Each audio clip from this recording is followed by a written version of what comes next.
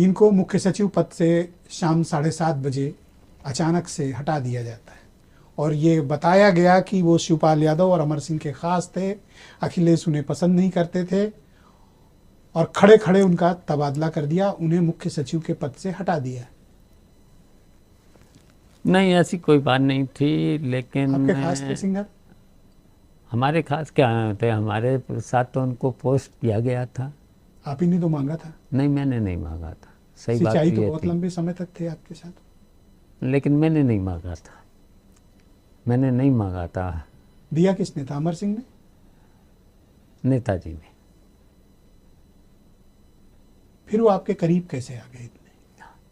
नहीं, नेताजी के थे हमारे, तो मैं तो कम ले रहा था। मैं तो कम ले रहा था। जो अभी के चीफ सेक्रेटरी हैं शशि प्रकाश गोयल, याद है आपको? याद, खूब अच्छी तरह। आपके सचिव हुआ करते थे। हाँ, हमारे जिले में डीएम भी रहे। सचिव सिंचाई आपने बनाया था उन्हें? नहीं, मैं नहीं बनाया। आपके कार्यकाल में थे वो? कार्यकाल में रहे हमारे।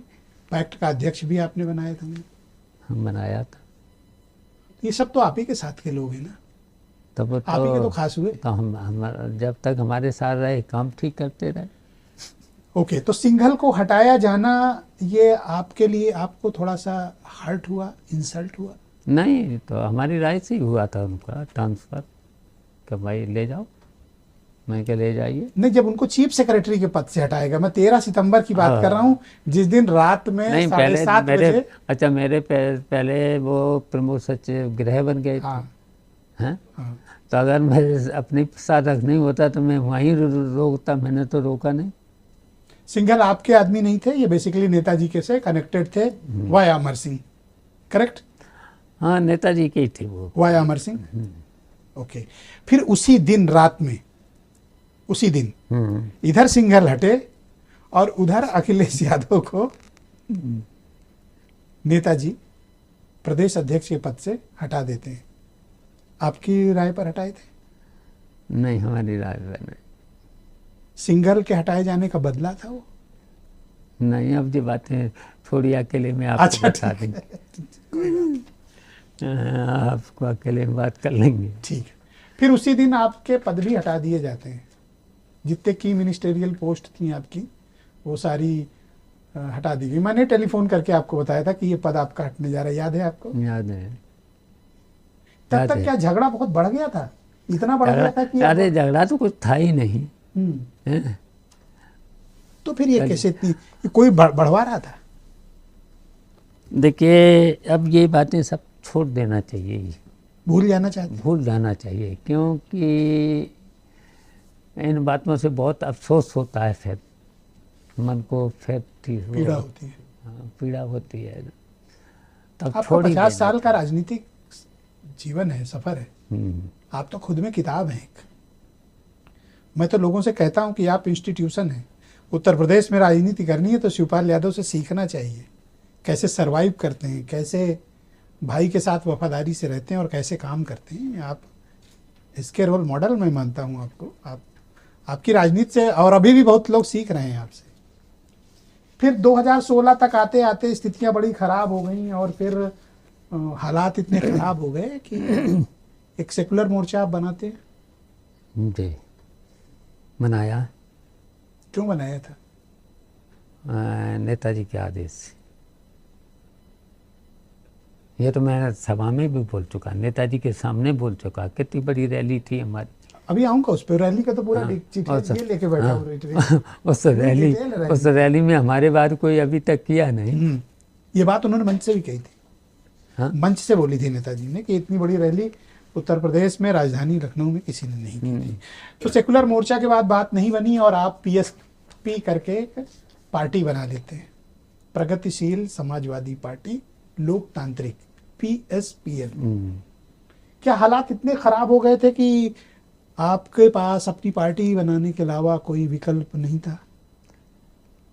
अब देखिए, अब कुछ ऐसी बातें थी फिर, लेकिन इसके बावजूद भी मैं कोई झगड़ा नहीं लगाना चाहता। नहीं, फिर मैं केवल वो चाहना चाहता हूं कि दर्शकों तक, दुनिया तक सही बात जाए। लेकिन आप हैं, हम हैं, कल हम आप नहीं हैं, कोई नहीं है, पर ये बातें जो हो रही हैं ना, ये आजीवन रहेंगी। लेकिन देखिए, मैंने पार्टी बनाई और फिर मैं बीजेपी के लोगों के संपर्क में भी रहा।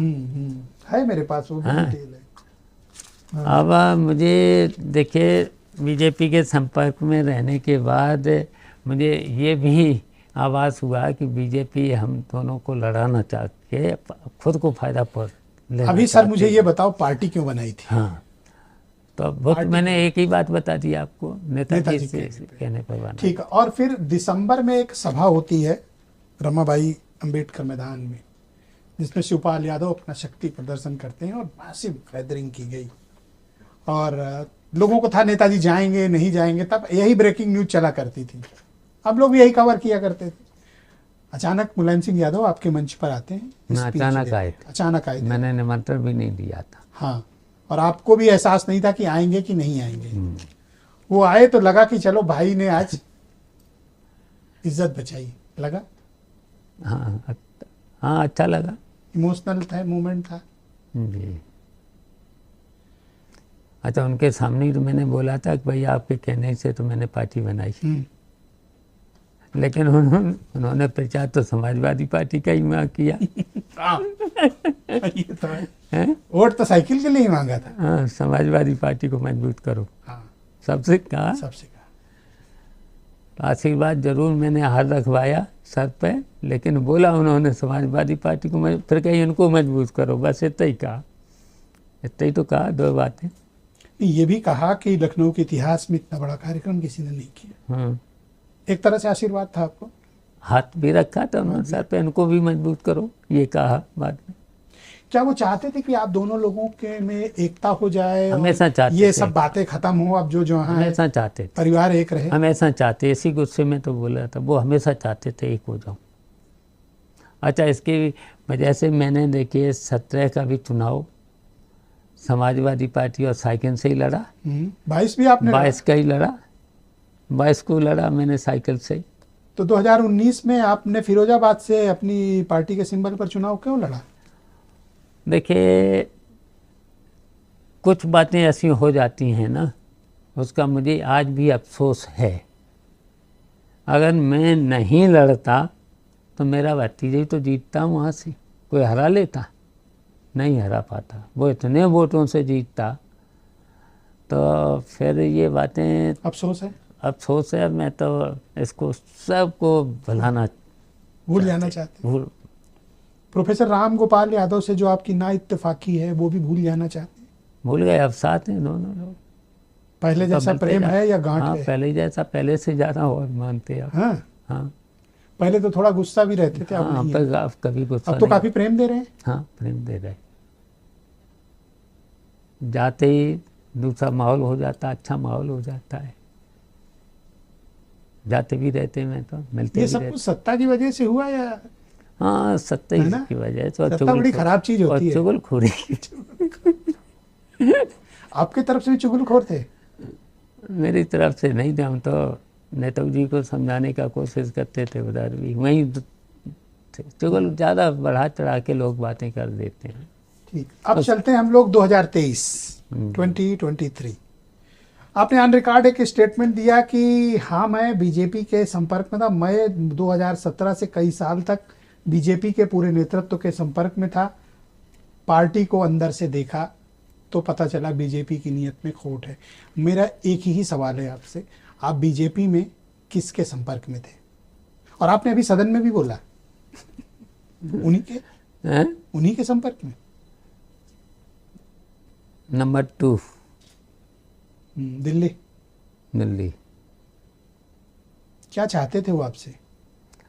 आप भी पुराने खिलाड़ी हैं नहीं, राजनीति के। वो देखिए केवल उनके मन में यही था कि भाई इनको इधर मिलाते रहो और फ़ायदा उठाते रहो और देना रहना कुछ नहीं। यही तो हुआ। वो हमेशा यही चाहते थे, बस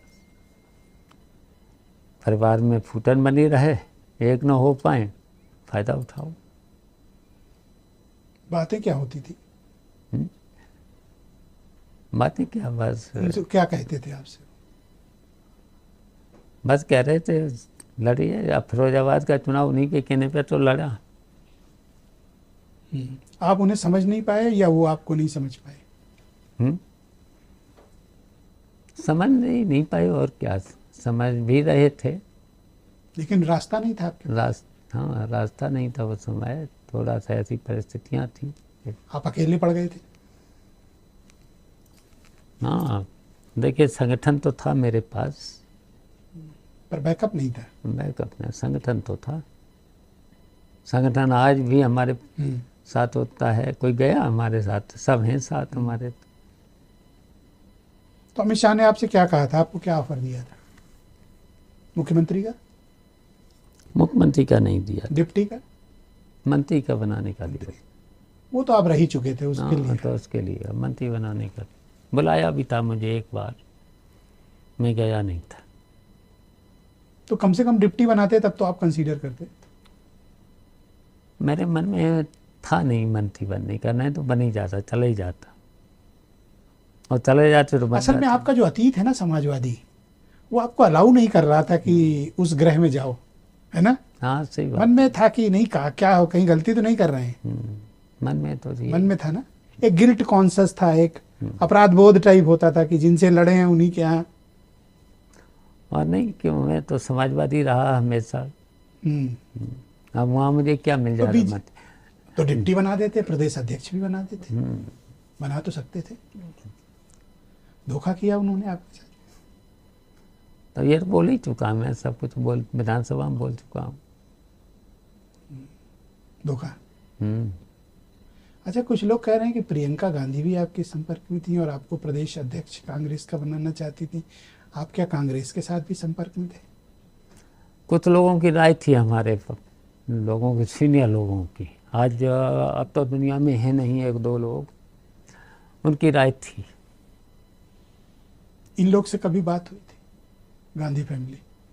प्रियंका से हुई थी हमारी बात। प्रियंका से मैं थी, उनके प्रदेश अध्यक्ष थे। अब जो आपके बारे में क्या कहा करती थी? अच्छा, जो जैसे हम लोग आपको जानते हैं, आप बड़े संघर्ष से उभरे। अच्छा, राज बब्बर प्रदेश अध्यक्ष थे आपके पुराने। हाँ, पुराने हमारे लोग हैं। साथ ही रहे, एमपी रहे हमारे यहाँ से, तो राज्यसभा रहे, 2 बार तो एमपी रहे। तो वो राज बब्बर भी थे, और ज्योतिरादित्य सिंधिया नहीं, ज्योतिरादित्य, जो प्रभारी थे उनके, जब वही तो प्रभारी थे। प्रियंका ज्योतिरादित्य सिंधिया आजकल मिनिस्टर हैं। आजकल ग्वालियर वाले। तो इनके साथ बस मेरी बैठक हुई थी 2 बार। नहीं, मुझे भी उस वक्त इस बात का था 2 बार कि बैठक आपको प्रस्ताव अच्छा मिला था। तो आपने कांग्रेस को नहीं चुना, या फिर उनके साथ बात नहीं हो पाई आपकी? बात नहीं बन पाई थी फिर। चाहते क्या थे आप? चाहते क्या थे? चाहना न चाहना वो समय, देखिए, ये मैं उन्हीं से पूछना चाहते थे कि भाई क्या। वो लोग खुले नहीं आपसे? मैंने सीटें भी मांगी थी उनसे, कम से कम 25-30 सीटें में, मुझे भी दो 80 में। बस यही बात हुई थी, 25-30। बात बनी नहीं। हाँ, तो बात बनी नहीं। ये आप उधर भी और इधर भी दोनों तरफ जो बातें आपकी थी, चाहे अमित शाह हो या फिर प्रियंका गांधी हो, कौन आपको ज्यादा बेहतर लगा? भले रिश्ता नहीं बना, कोई बात अब नहीं। छोड़िए जो बातें, अब हमारा गठबंधन है तो छोड़िए, इंडिया गठबंधन है तो छोड़ो, खुल के। पर वो दौर था जब आप अकेले थे और गठबंधन की या आश्रय की तलाश में थे, करेक्ट? ठीक। अब आगे बढ़ते हैं उस दिन जिस दिन आपके परिवार के लिए जिंदगी में एक बहुत बड़ा भूचाल आने वाला था, और तारीख थी 10 अक्टूबर 2022। नेताजी का निधन। गुरुग्राम के एक हॉस्पिटल में मुलायम सिंह यादव जी ने आखिरी सांस ली। हाँ, हम लोग तो वहीं थे सर। आप वहीं थे। उस घटना ने आपको कितना दहलाया? आपके मन में क्या हुआ जब साया उठ गया, और जिनके साथ 40-45 साल सेवा की, जिंदगी का सब कुछ कुर्बान कर दिया, आपके बीच वो नहीं है? जी, गहरा दुख। गहरा दुख। फिर तो ये तो था ही, जब बीमारियां घेर लेती हैं तो फिर कोई उपाय भी नहीं होता है। कोई उपाय भी तो नहीं है, जाना तो सबको ही होता है, यही तसल्ली की जाती है और क्या। ऐसे नाजुक मौके में वो गए जब आपके पास कोई ऐसी खास विरासत भी नहीं थी, जो था वो हाथ से निकल गया था, आप सिर्फ एक सामान्य विधायक थे, वो भी साइकिल के निशान पर आप विधायक चुन कर आए थे, चीज़ें सेटल भी नहीं हो रही थी, 22 का चुनाव हार चुके थे, जी। ये दूसरा झटका था, और फिर नेताजी का न रहना। आपको लगा कि अब नाउ इट्स, अब चीज़ें ख़त्म? हाँ बस फिर तो फिर वो चुनाव आ गया, चुनाव में और चुनाव में बस अच्छा मौका था, चलिए नेताजी की सीट, तो दोनों लोग फिर हमसे मिले। फिर आपके घर पे 13वीं के बाद अखिलेश और डिम्पल आते हैं। 13वीं में तो सभी साथ ही थे। आपके घर आती हैं, वो फोटो वायरल हुई थी जब आपके घर में अखिलेश और डिम्पल आए थे सैफई में। सैफई में, ठीक। जी। तब उपचुनाव होना था और समाजवादी पार्टी की तरफ से डिम्पल को, तब नहीं, पहले तो इससे पहले 13वीं में तो कोई वो नहीं थी, उसके बाद की बात है। उसके बाद की बात है। ये 13वीं में तो आए ये थे। 17 नवंबर 2022 की बात है, जिस दिन आप और डिम्पल और अखिलेश जी। आपके घर मिले। जब देखिए ये 13वीं के तकरीबन 1 महीने बाद की बात है। बात थी। 1 महीने के बाद उपचुनाव घोषित हो चुके थे, डिम्पल कैंडिडेट थी, और आपने कहा कि डिम्पल को नेताजी से ज्यादा वोटों से हाँ जिताना है, जी, यही बोला था। यही बोला था। इतने झटके खाने के बाद भी ये बोला? ऐसी क्या मजबूरी थी जो आपने डिम्पल को एक तरफा सपोर्ट किया, जबकि उस वक्त आप आपकी अलग पार्टी थी? क्या आप इमोशनली टूट गए थे नेताजी के न होने की वजह से? नहीं, देख लिया मैंने, बीजेपी को भी देख लिया, कांग्रेस को भी देख लिया। फिर जब ये लोग आए डिम्पल और वो, क्या बोले थे ये? तब डिम्पल को चुनाव लड़ाना है। किसने कहा? अखिलेश ने, डिम्पल भी थी। क्या बोली डिम्पल? हाँ, हमसे वही बोली चुनाव लड़ाना है, यही बोली बस, इतनी सी बात थी। तो इतनी बात थी मैंने कि भूल गए सब? हाँ भूल गए। उन्होंने कहा कि वहाँ नामांकन में नहीं, नामांकन में तो अभी नहीं जाएंगे, मैंने ये भी कहा। फिर कहा कि आदित्य को ये दो, मैंने कहा आदित्य भी अभी नहीं जाएंगे, लेकिन हम सपोर्ट करेंगे, इतना मैंने आश्वासन दे दिया था। फिर 20 नवंबर को ज्वाइंट रैली होती है 3 दिन बाद। जी। ठीक है, आपके घर आने के 3 दिन बाद ज्वाइंट रैली होती है, आप उनके मंच पर होते हैं। मंच तो मेरे ही था, जसवंत नगर। अब जिसका भी हो, मंच तो मंच था। ठीक है, जसवंत नगर में रैली होती है, पति पत्नी आपके पैर छूते हैं, यानी अखिलेश और डिम्पल। आपका गुस्सा खत्म? हाँ गुस्सा खत्म। फिर तो परिवार में ही रहना, फिर क्या, परिवार में ही रहना। ये किसने कहा कि परिवार में रहना है? खुद मैंने सोचा। खुद कैसे सोचे हम? घर में सबसे छोटे थे, आपसे बड़े भी घर वाले थे।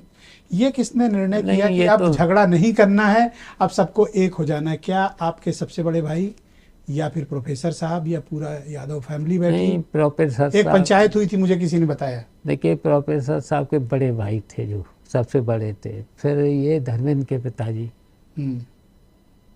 ये 2 लोग, और डिम्पल भी थी, और हमारी पत्नी भी थी, सभी थे। सरला भी थी, सरला जी, डिम्पल जी, धर्मेंद्र के पिताजी, प्रोफेसर साहब के, अभय राम जी भी रहे होंगे। हाँ वही अभय राम और अतर सिंह, जो प्रोफेसर के सबसे बड़े, अब तो है नहीं, वो भी खत्म हो गए। ये सब लोग इकट्ठा हुए, सब इकट्ठा हुए सैफई में। तो नहीं को क्या बात क्या हुई थी उस दिन? तो नहीं को समझाते रहे, अखिलेश को, अच्छा, और डिम्पल को, सब लोग साथ रहिए। और साथ न रहने का नुकसान सब लोग देख चुके हैं। हाँ, सब लोग देख ही चुके हैं नुकसान से। ज्यादा जोर किसका था, अभय राम जी का या फिर प्रोफेसर साहब के पिताजी? हाँ, दोनों लोगों का था। और यही 2 सबसे बड़े बुजुर्ग थे आपके घर? यही बुजुर्ग थे। आपको भी तो समझाया होगा? आपको भी तुम लोगों, हमसे भी कहा भाई एक ही अब रहना है, हम एक ही रहिए। मैं तो नेताजी के सामने भी बोल चुके थे। तो ऐसा क्या हुआ कि आपने नेताजी की बात उस वक्त न सुन के आपने फैमिली के बड़े बुजुर्गों के कहने पे आके कंप्लीटली फिर? नहीं, नेताजी के सामने हम तो हर बात नेताजी के सामने, और जब भी बुलाते थे तब पहुंच जाते थे। लेकिन यही थोड़ी दूरियां हो जाती हैं जब सत्ता की वजह से। दूरियां तो हो ही गई थी, लेकिन